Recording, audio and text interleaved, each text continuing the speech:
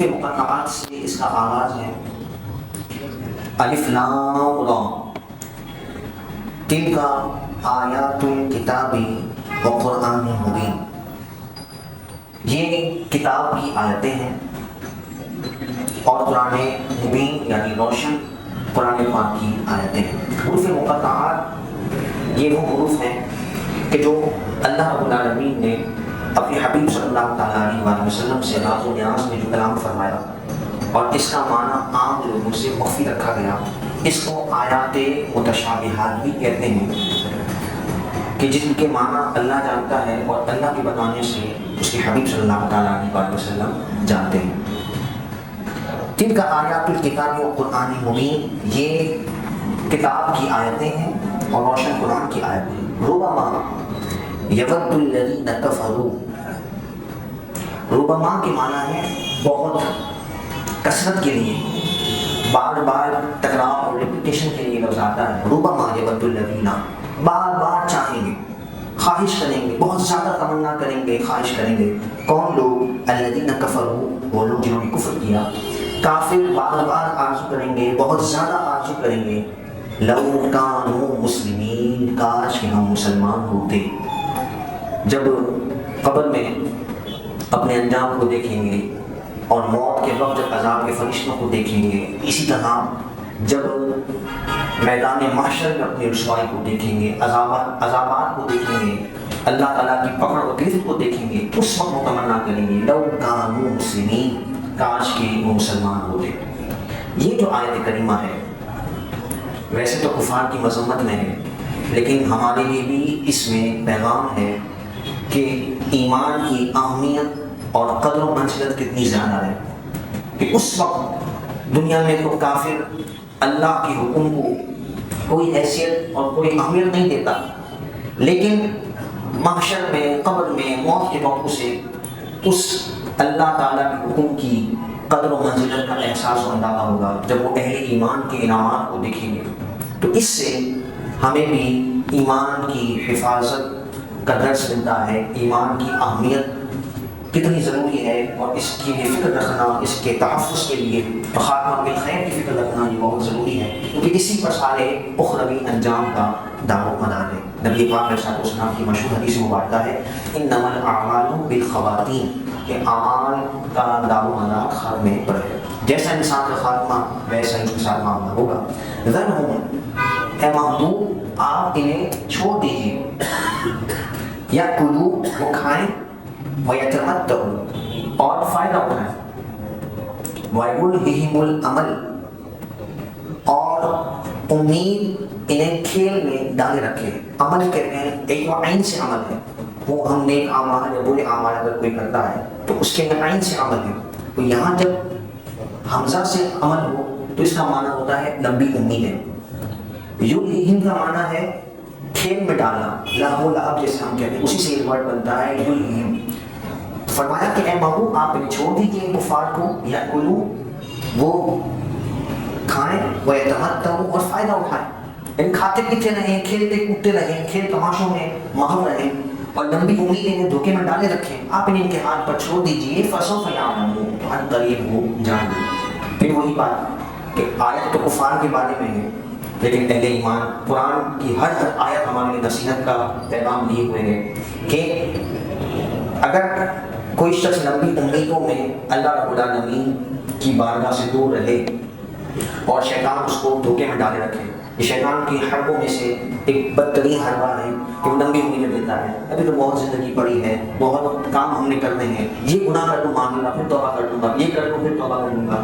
تو یہ لمبی امیدیں دلانا یہ شیطان کا حربہ ہے، اور پھر اسی لمبی امیدوں میں انسان الیاذ باللہ نافرمانی کرتے ہوئے دنیا سے چلا گیا تو پھر ہلاکت و بربادی. قرآن کہتے ہیں فَسَوْفَ يَعْلَمُونَ، ان قریب وہ جان لیں گے کہ ان لمبی امیدوں کا انہیں کیا نقصان ہوا، کھیل تماشوں میں محو رہنے کا انہیں کیا نقصان ہوا.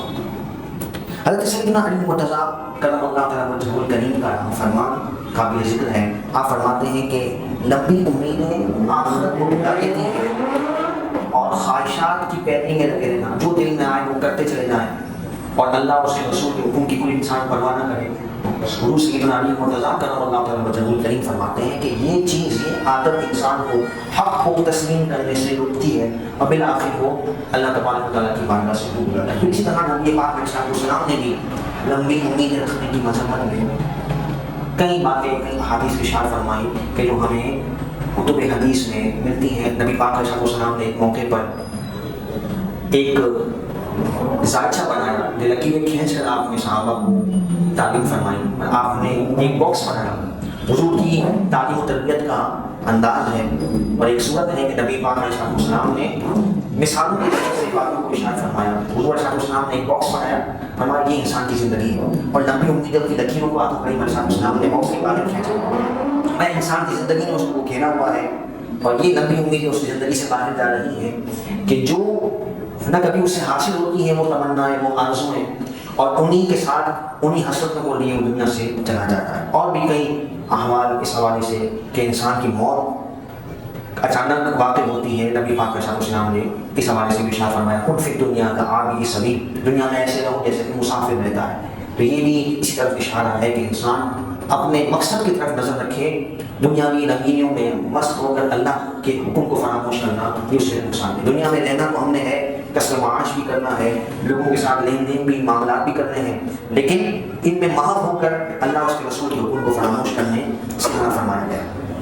وما اہلکنا من قریۃ الا ولہا کتاب معلوم، اور جو بستی ہم نے ہلاک کی اس کا الا ولہا کتاب معلوم، مگر یہ کہ اس کا لکھا ہوا معلوم ہے، مقرر شدہ ہے، یعنی اللہ رب العزت نے لوح محفوظ میں ہر ایک کی مدت کو متعین فرما رکھا ہے۔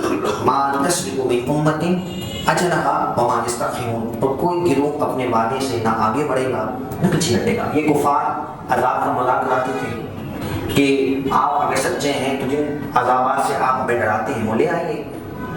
تو ان آیات میں جواب دیا گیا کہ ہر گروہ کے عذاب کا، ان کی سزا کا ایک وقت مقررہ ہے، تو اللہ رب العالمین نے لوح محفوظ میں لکھ رکھا ہے، نہ کوئی اس سے آگے بڑھے گا نہ پیچھے ہٹے گا۔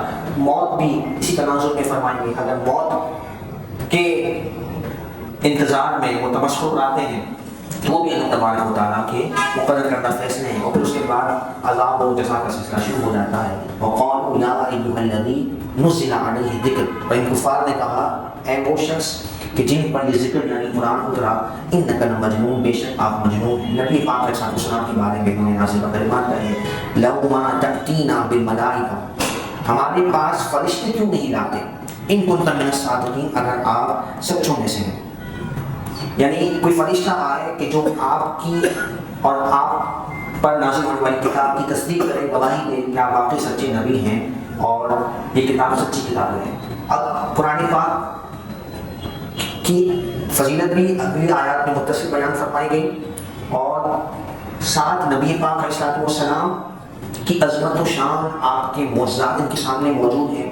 قرآن پاک خود ایک بہت بڑا معجزہ ہے جس کا وہ مقابلہ نہیں کر سکے۔ ساری باتیں ہونے کے باوجود بھی یہ ان کا ضد اور اندرنی والا انداز تھا کہ کوئی فرشتہ آ جائے تب ہم آپ کی بات کو مانیں گے کہ آپ واقعی اللہ کے نبی ہیں۔ تو نبی کی نبوت پر معجزات دلیل ہوتے ہیں، تو ان معجزات کو دیکھ لینے کے باوجود ان پر ایمان نہ لانا اور کتاب مبین کو قرآن پاک کو تسلیم نہ کرنا یہ ان کی حد درمی تھی۔ قرآن کہتا ہے ما ننزل الملائکۃ الا بالحق، ہم فرشتوں کو حق کے ساتھ ہی اتارتے ہیں۔ وما كانوا اذا منذرین، اور جب وہ اتریں گے تو انہیں مہلت نہیں ملے گی۔ یعنی اللہ تبارک و تعالیٰ کی انبیاء سابقین کی قوموں کے بارے میں گویا کہ یہ عادت الہیہ ہمیں قرآن پاک میں ملتی ہے کہ جب فرشتے اللہ تبارک و تعالیٰ نے ان قوموں پر نازل فرمائے تو وہ عذاب لے کر ان قوموں پر آتے اور انہیں ہلاک و برباد کرتے۔ تو ان کو ان واقعات سے تنبیہ کی گئی کہ کیا تم بھی عذاب کے منتظر ہو کہ فرشتے عذاب لے کر آئیں اور ہلاک و برباد کیے جاؤ۔ اور پھر آپ دیکھیں کہ 9ویں پارے میں اللہ تبارک و تعالیٰ نے اس مضمون کو اور واضح انداز میں ارشاد فرمایا ہے کہ فرشتے اگر ان کے پاس آتے تو اللہ رب العالمین نے فرشتے کو روحی مخلوق بنایا ہے۔ تو یہ انبیاء کا وصف ہے کہ اللہ رب العالمین نے ان میں نور کا پہلو بھی رکھا، بشریت کا پہلو بھی رکھا۔ وہ اللہ رب العالمین سے فیض لے کر اس کی مخلوق تک جو کہ بشری اس میں غلیے میں ہے، ان تک اللہ کے پیغام کو پہنچا دیا۔ انبیاء کا وصف اور ان کا منصب ہے۔ تو یہ ان کو سمجھایا گیا کہ اللہ رب العالمین نے حضرات انبیاء کو جو مبعوث فرمایا، ان کا مبعوث فرمایا جانا معجزات کے ساتھ ہے، کمالات اور اوصاف کے ساتھ ہے، اللہ کی طرف سے کتاب کے ساتھ ہے۔ یہی تمام چیزیں دلیل کے لیے اور برہان کے لیے کافی ہیں، اور اس کے بعد کسی قسم کی دلیل کی حاجت نہیں رہتی۔ اور اگر فرشتے آئیں گے تو وہ عذاب کے لیے آئیں گے، جیسا کہ انبیاء سابقین کے احوال میں ہمیں ملتا ہے۔ پھر قرآن پاک کی فضیلت کو بیان کیا گیا، اِنَّا نَحْنُ نَزَّلْنَا الذِّكْرَ، بے شک ہم نے اس ذکر کو یعنی قرآن پاک کو نازل کیا، وَإِنَّا لَهُ لَحَافِظُونَ، اور بے شک ہم ہی اس کی حفاظت کرنے والے ہیں۔ یہ صرف اعزاز کلام مجید فرقان حمید کو، قرآن پاک ہی کو حاصل ہے کہ اللہ رب العالمین نے خود اس کی حفاظت کا ذمہ ہے۔ یہ وہ آیت کریمہ ہے جس میں قرآن کے اس عظیم منصب کا، اس شان کا ذکر ملتا ہے کہ اللہ رب العالمین نے ہر قسم کی تبدیلی سے، تحریف سے اس کلام کو پاک فرما دیا۔ قیامت تک اتنا بغض و حسد، اتنی دشمنی ہونے کے باوجود بھی قرآن میں وہ تبدیلی کفار کبھی بھی ہرگز نہیں کر سکتے۔ جس طرح انبیاء سابقین کی کتابوں میں انہوں نے جہاں چاہا اپنی مرضی سے تحریف کی، تو یہ اللہ رب العالمین نے کلام پاک میں سے محفوظ فرمایا۔ وَلَقَدْ أَرْسَلْنَا مِن قَبْلِكَ، اور ضرور بے شک ہم نے بھیجا، من قبلک آپ سے پہلے، فی شیع الاولین پچھلی امتوں میں رسولوں کو، یعنی آپ سے پہلے ایک رسول تشریف لائے، وَمَا يَأْتِيهِمْ من رسول الا كانوا به يستهزئون، اور جب بھی کوئی رسول تشریف لاتے تو یہ کفار ان کا مذاق اڑاتے۔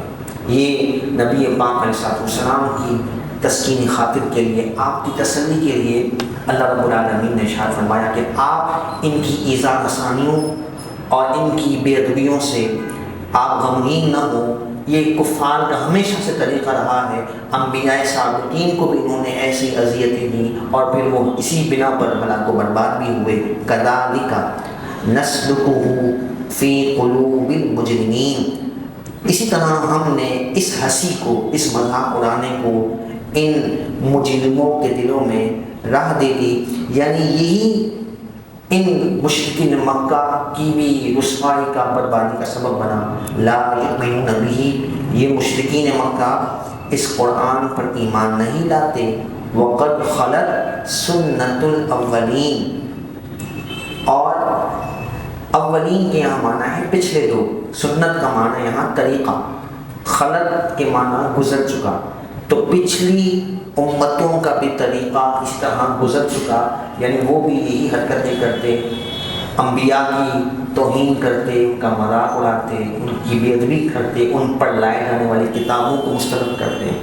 وَلَوْ فَتَحْنَا عَلَيْهِمْ بَابًا مِنَ السَّمَاءِ، اب یہ جو ان کے بیکار کے اور بغیر کسی مقصد کے تقاضے تھے، ان کا جواب اس آیت کریمہ میں دیا گیا، اور یہ جواب جو ہے وہ آپ قیامت تک کے جتنے بھی منکرین اسلام ہیں، جو کسی بھی شکل میں، کسی بھی روپ میں موجود ہیں، چاہے وہ ایتھسٹ ہوں یا دیگر کفار ہوں یا ایسے لوگ ہوں کہ جو اسلام کے بنیادی اصولوں کے منکر ہیں، ان کے لیے یہ جواب قرآن پاک کا قیامت تک کے لیے بالکل ہمیں گویا کہ ریلیٹ ہوتا ہوا نظر آتا ہے۔ قرآن نے کیا کہا؟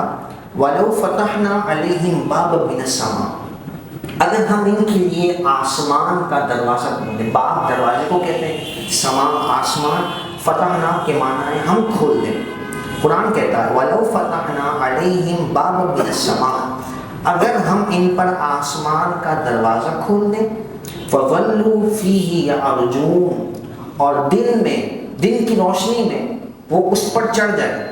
ایک مثال دے کے سمجھایا گیا کہ آسمان کے دروازے ان کے لیے کھل گئے اور اوپر بلندی کی طرف چڑھ کر وہ سارے احوال کو جو آسمان میں اللہ کی نشانیاں ہیں وہ اوپر چڑھ کر دیکھ بھی لیں، تو کیا کہیں گے؟ لَقَالُوا إِنَّمَا سُكِّرَتْ أَبْصَارُنَا، تو ضرور وہ کہیں گے کہ ہماری نگاہیں باندھ دی گئی، یعنی ہم پر گویا کہ نظر بندی کر دی گئی، ہماری آنکھوں کو جکڑ لیا. یعنی اتنی بڑی نشانی بھی اگر وہ دیکھ لیں کہ آسمان کا دروازہ کھولیں، ان کو راستہ فراہم کیا جائے، یہ اوپر چڑھ کے آسمان کے احوال کو بھی دیکھ لیں، تب بھی یہ کہیں گے کہ ہمیں نظر بندی کر دی گئی ہے. سکرت ابصارنا، ہماری آنکھوں کو جکڑ لیا گیا ہے. بل نحن قوم مسحورون، بلکہ ہم پر جادو ہوا ہے اور جادو کے ذریعے سے ہمیں یہ مناظر دکھا دیے گئے. یعنی کہ اللہ کی نشانیوں کے جب منکر اور انکار پر وہ تل جائیں اور انکار جب ان کا شیوا بن جائے بغض اور اناد کی وجہ سے، تو بڑی بڑی نشانیاں پھر ان کو نظر نہیں آتی. آپ دیکھیے کہ وہ نبی صلی اللہ تعالیٰ علیہ وسلم جو اپنی آنکھوں سے چاند کے 2 ٹکڑے کر کے دکھا رہے ہیں، درختوں کو چلا کر دکھا رہے ہیں، جانوروں سے گفتگو فرما رہے ہیں، اور اللہ رب العالمین نے آپ کو فضائل و کمالات ایسے عطا فرمائے کہ سر سے پیر تک موزہ ہیں، لیکن اسی نبی پاک علیہ السلام کے آپ کے آبائی علاقے کے جو کفار ہیں، مشرکین مکہ ہیں، وہ انکار کر رہے ہیں. پھر آپ مدینہ منورہ کے احوال کو دیکھیں تو وہاں منافقین ہیں جو حضور کے پیچھے باراہیں نمازیں بھی پڑھ رہے ہیں، حضور کے کمالات کو دیکھ رہے ہیں، فتوحات کو دیکھ رہے ہیں، سب چیزیں دیکھنے کے باوجود بھی وہ اس طریقے سے بے باکی سے انکار کرتے چلے جا رہے ہیں. تو یہ اللہ تبارک و تعالیٰ کی طرف سے گویا کہ ایک کفار کے لیے ملامت ہے کہ جب انسان بدبختی پر تل جائے اور انکار در انکار کرتا چلا جائے تو پھر اسے حق نظر نہیں آتا اور اس کے دل پر پردہ پڑ جاتا ہے اور شقاوت کی قلبی اس پر غالب آ جاتی ہے.